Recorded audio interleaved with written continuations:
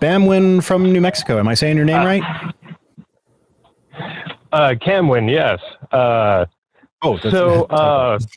had a bit of a story. I grew up in a Mormon family, and was Mormon myself until I was 12. At which point I had some falling out, some issues, but my family was very accepting as long as I wasn't, going around being a little,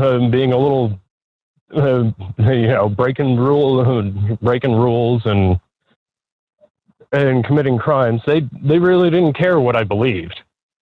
And then a little bit later on in life, and this was in the 90s,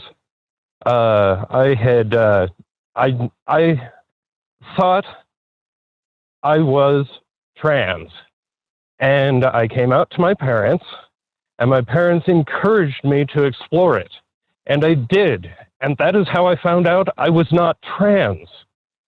And I very much feel that if my parents had actually pushed against it, that I would have been rebellious and gone through with it anyways and not been happy, because it's not who I actually was. Yeah, that's an interesting perspective. Arden, did you hear that? Nope. I'm sorry, I missed that. Okay, I'm sorry. I think this is going to be right in your wheelhouse.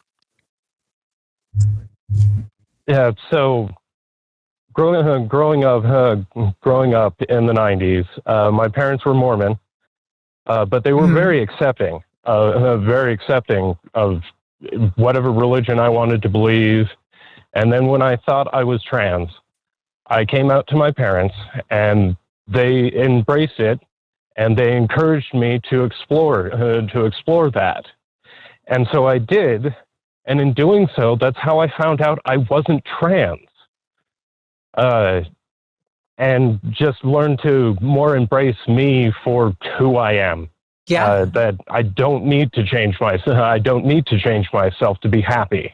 And I feel that if my parents had actually pushed against it, I would have rebelled and gone and done it anyways, out of rebellion, out of spite. And then I wouldn't have been happy with who I am, because I changed myself. Sure. So, I mean, it's certainly possible. I'm sorry, I'm sorry, I didn't mean to interrupt. You can finish. And I kind of hope that maybe some religious parents out there who have a trans kid, encourage them to explore it. Maybe they won't. Yeah. Maybe they're not actually trans. But unless they explore it, they're not going to know. Yeah, totally. This is something we've talked about quite a bit on Transatlantic, where, when you're dealing with parents who, like, quote unquote, don't agree, whatever that means, like, you can't really agree or disagree with me being transgender. That's like disagreeing with the fact that I am right-handed. Like, that doesn't make sense. Even if you don't agree with the fact that your kid is trans, what do you think telling them you can't be yourself is going to do to them? Telling them, no, you can't wear that. No, you can't express yourself that way. No, you can't call yourself that. Do you think that's going to make your child be like, oh, wow, you know what? You're right, Mom and Dad. You've handed me a great moral system. I will shut down every part of myself and just be a happy, functional human. No, of course not. That's going to cause them to be severely dysfunctional. They're probably going to develop an extremely complex, extremely like maladapted complex about themselves with like shame or something, and find outlets to express those parts of themselves that are way less healthy and way less like, accepting than just being trans. And people really underestimate the fact that, sure, there are informed consent clinics where it is possible to get transition care with not many barriers. That is a reality for adults anyway. I will say, though, there are standards of care that are in place for this kind of thing. Most of the time, even an informed consent clinic is, if you haven't already been on like hormones for a while, they're probably going to have you sit down with a therapist or walk you through detailed steps of like the potential risks of going on hormones or something. You know, they're not handing it out like candy and making it all seem like a wonderful solution to all your problems. There are standards of care that are specifically designed for people with experiences like yours, Camwyn, where the whole idea is, well, sure, the efficacy of transition is really great, better than a lot of medical treatments, actually. And people could potentially be lying about their transness, but if the efficacy of trans care is good, does that really matter? There are standards of care that are specifically designed to catch people who may think they were trans and then be wrong. And I think it's way better to have been able to explore that part of yourself, know for sure what you could potentially be missing out on, and then be like, actually, I think I'm just like a really feminine man, or maybe I'm not a feminine man. Maybe I have like this one specific like way of expressing myself, and that is what confused me. Like, there's so many reasons why someone could be confused, and that's why the standards of care are the way they are, to capture these things and to make sure that there are like ways that people can address making those mistakes. So yeah, thank you for sharing your story. I also grew up in a rather unique home. My father was a clinical psychologist. Everybody on my mother's side suffers from depression. I was in therapy since I was 8. So I already knew the benefits of therapy. So I did also explored this with my therapist as well. But I mean, I see a lot of these horror stories of theistic, particularly Christian parents that are just against psychology. Yeah, we all have problems. Being able to talk to somebody can help you figure it out. Yep. You know, it was like what I was saying earlier, that like skepticism will lead you towards trans rights, right? Like when we look at Lucy's hip bone, we probably, based on statistics, can assume that she was most likely female, right? I'm totally willing to acknowledge that. We can have the discussion about the fact that there are potential variables that could impact the reality of what sex Lucy was. And if you're following like the statistics and being a skeptic, like there's really no reason to stop your kid from accessing transition care. It's overwhelmingly efficacious. People are very rarely wrong about the fact that they're being trans. And if they're wrong, there are methods of addressing that. So I don't know, if you're going to be a skeptic, I think you should probably advocate for people having ease of access to healthcare, especially for trans people having easy access to healthcare. I don't remember what the exact, like I know it was a very specific aspect of trans healthcare that I saw this number for, but it had like a 99% success rate. Like 1% of people that went through the whole thing regretted it at the end.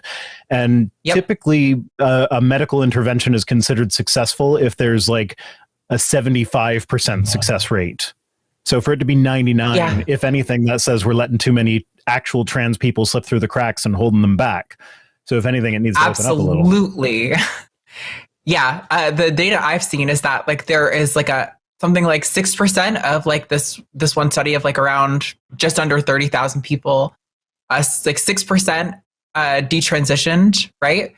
But the vast majority of those didn't detransition because it wasn't right for them and they were wrong and they made a mistake. I remember this. It was social pressure. Yep. They were being harassed at school or work or home, and it was too much. It was too painful. It was 0.4% of the representative population who regretted and detransitioned because it wasn't right for them.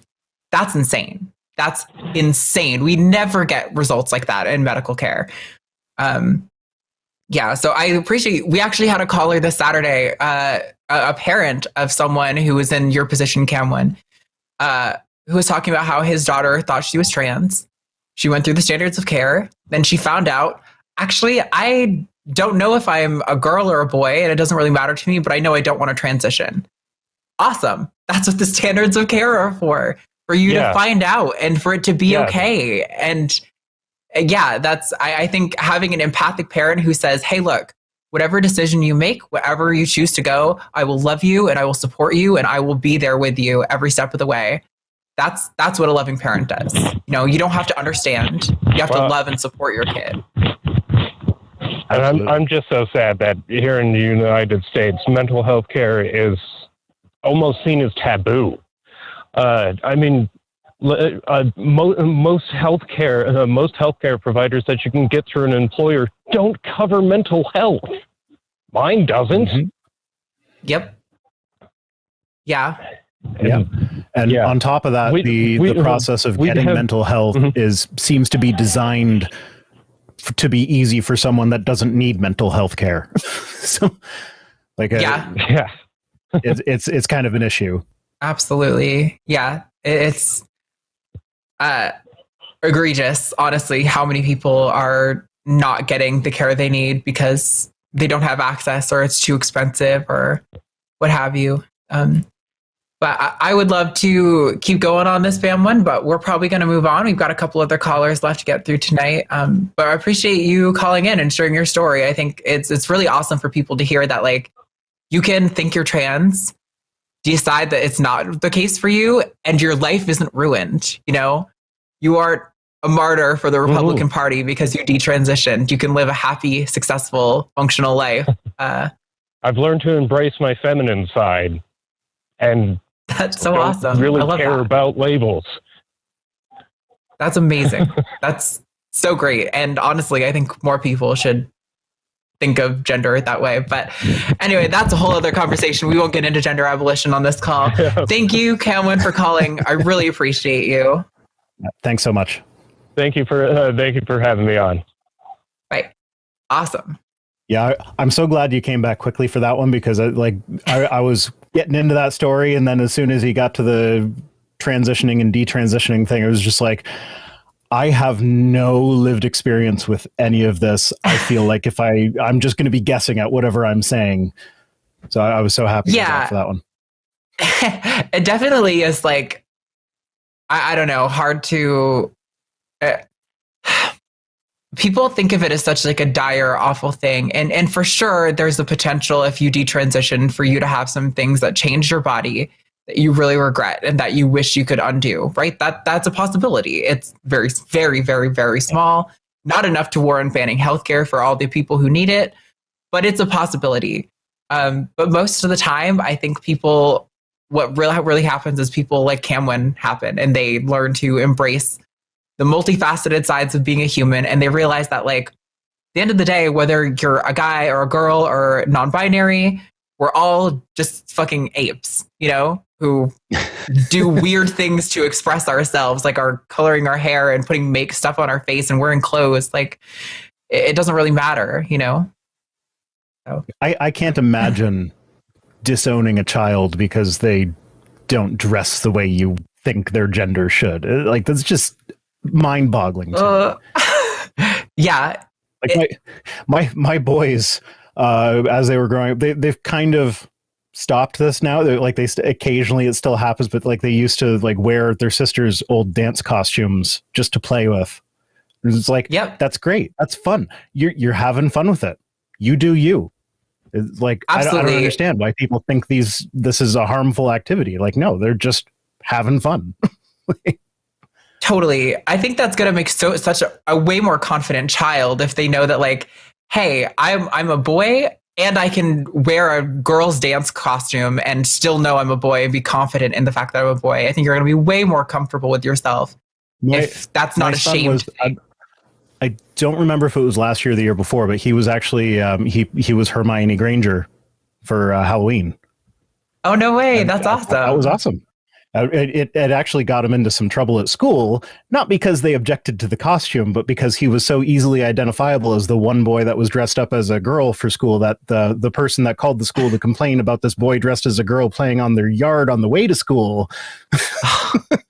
Oh my God. Like, okay, yep, that was our son. Yeah. I don't know why anyone would care about that. It's a child, but... No, well, yeah. Well, okay. He has some boundary issues when it comes to people's property lines and stuff. So we appreciated the okay, gotcha. Well, maybe that makes it a little bit different. Yeah, no. You know, he was like going up and down their front porch steps and stuff. It's like, no, that's too, like, it's one thing to just walk on the grass a little bit. No, you stay off their porch.